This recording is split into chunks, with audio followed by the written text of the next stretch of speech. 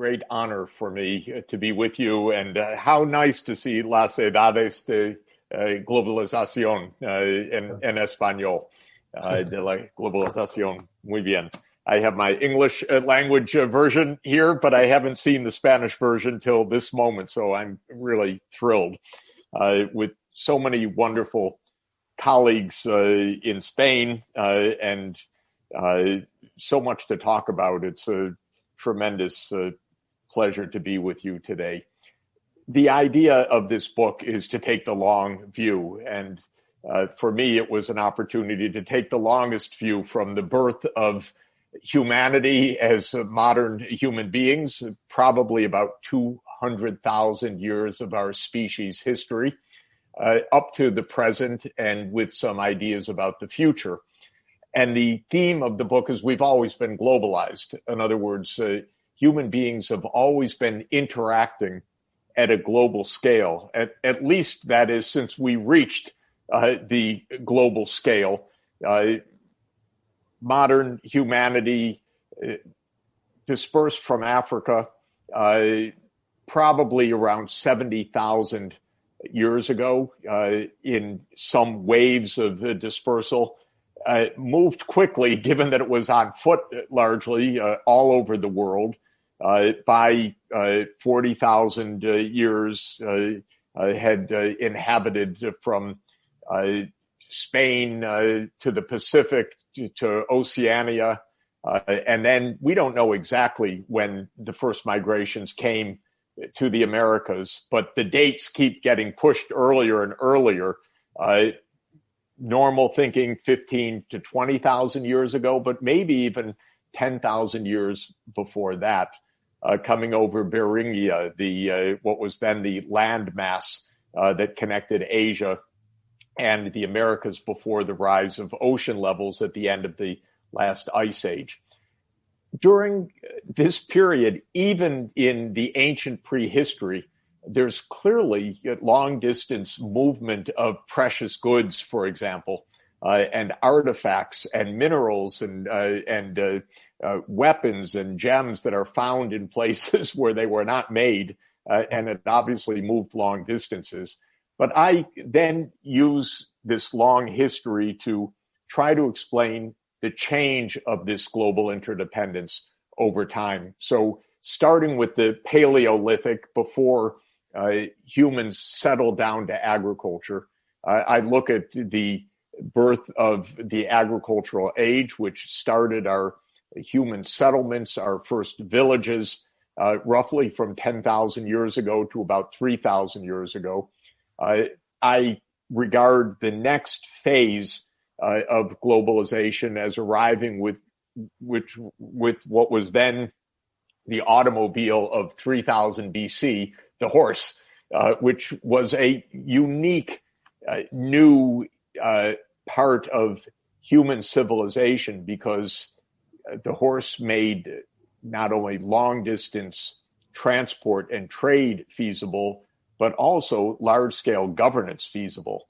You couldn't have an empire if you could only walk or basically go by sail. So land-based empires depended on the domestication of the horse. And a fundamental point of human history is the horse had been driven to extinction in the Americas.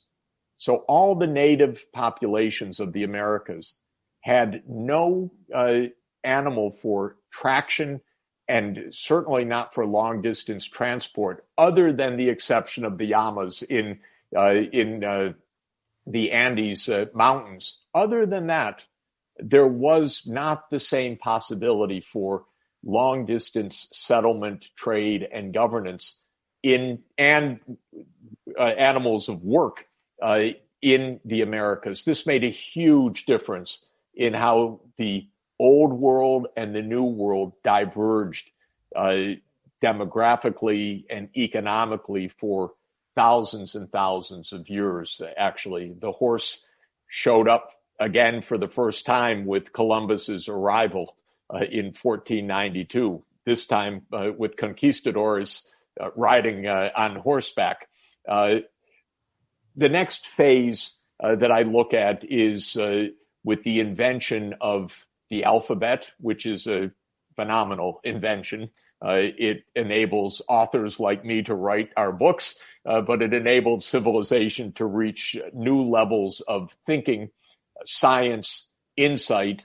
We know it from ancient Greece especially, but of course it's ancient Egypt, ancient Greece, Persia, Mesopotamia, all with the modern alphabet, which develops probably first in Phoenicia and then in Greece around 1000 BC. And this gives rise to the age of empire, land-based empires, the Persian Empire, Alexander the Great's empire, the Roman Empire. And so much of Western history is really from that foundational period. The next phase is Spain's phase, of course, with the ocean navigation of Portugal and Spain from the middle to the end of the 15th century, with the two completely transformative voyages of Columbus and Vasco da Gama, the one to the West Indies, the other to the East Indies.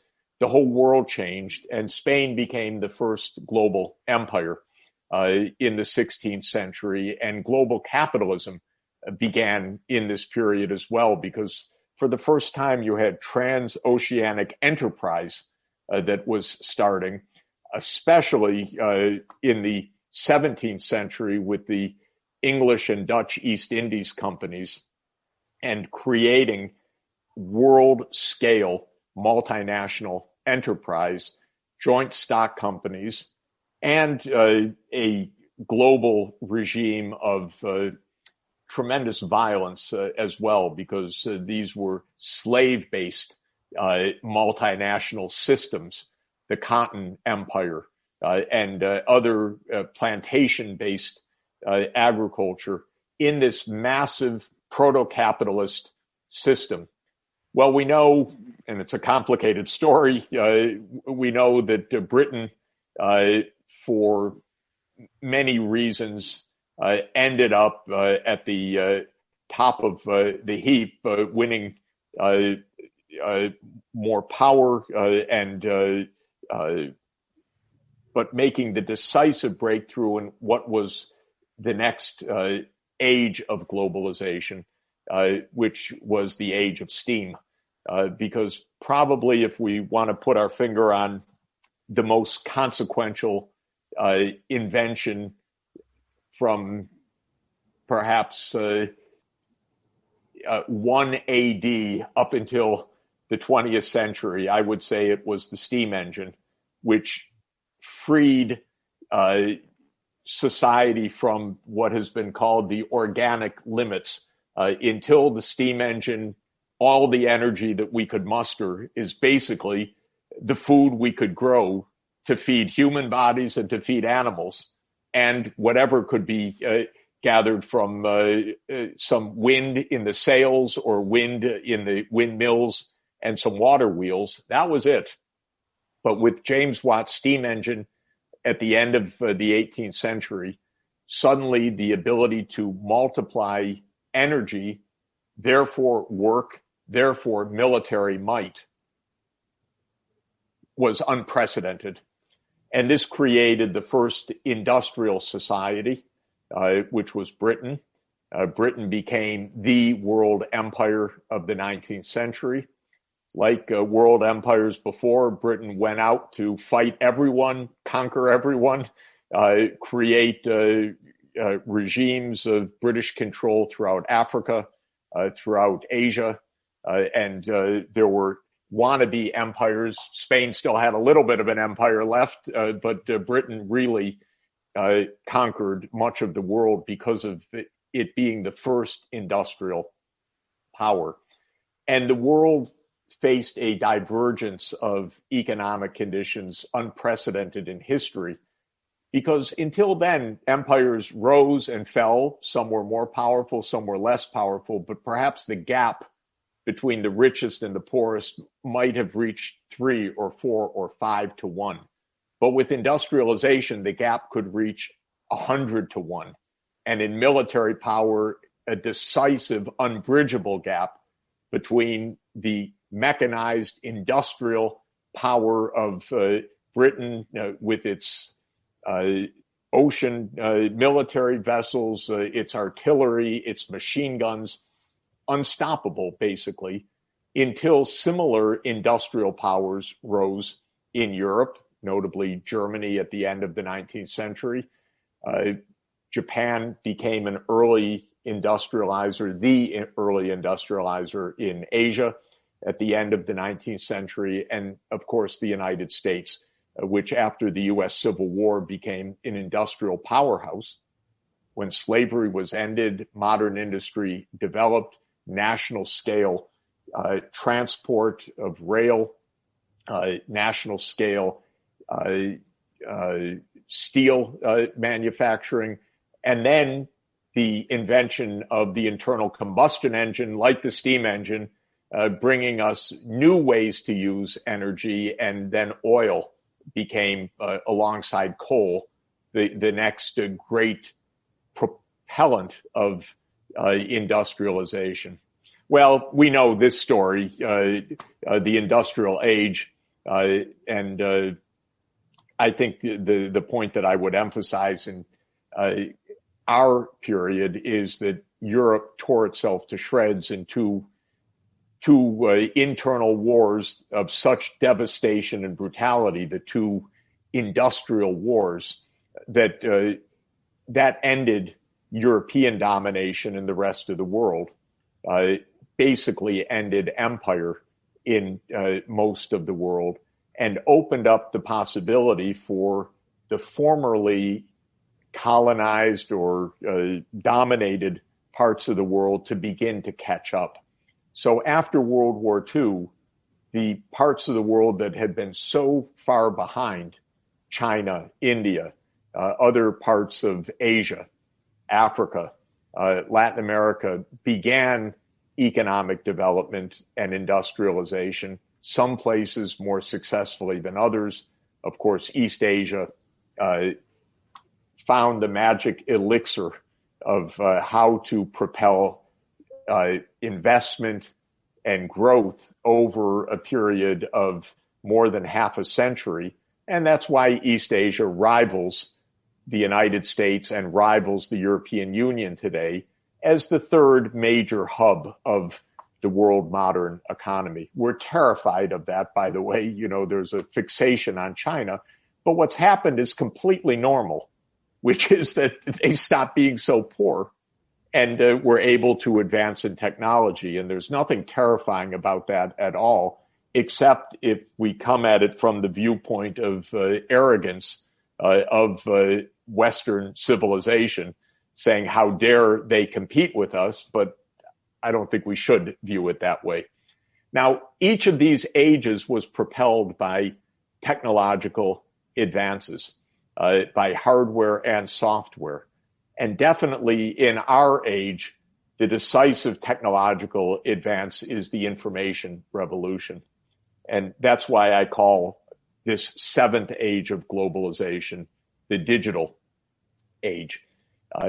It is the age in which zeros and ones of bits of information are reshaping our lives every moment, like they're doing right now. The fact that we can be together on Zoom pretty effortlessly and very pleasantly, but in every aspect of our lives and every aspect of the economy, the fact that machines can transmit, store, and manipulate data at scales that are unimaginable and at speeds and depth that rival human intelligence in many ways is, of course, the transformative reality of our time, much more than any of the politics of the day.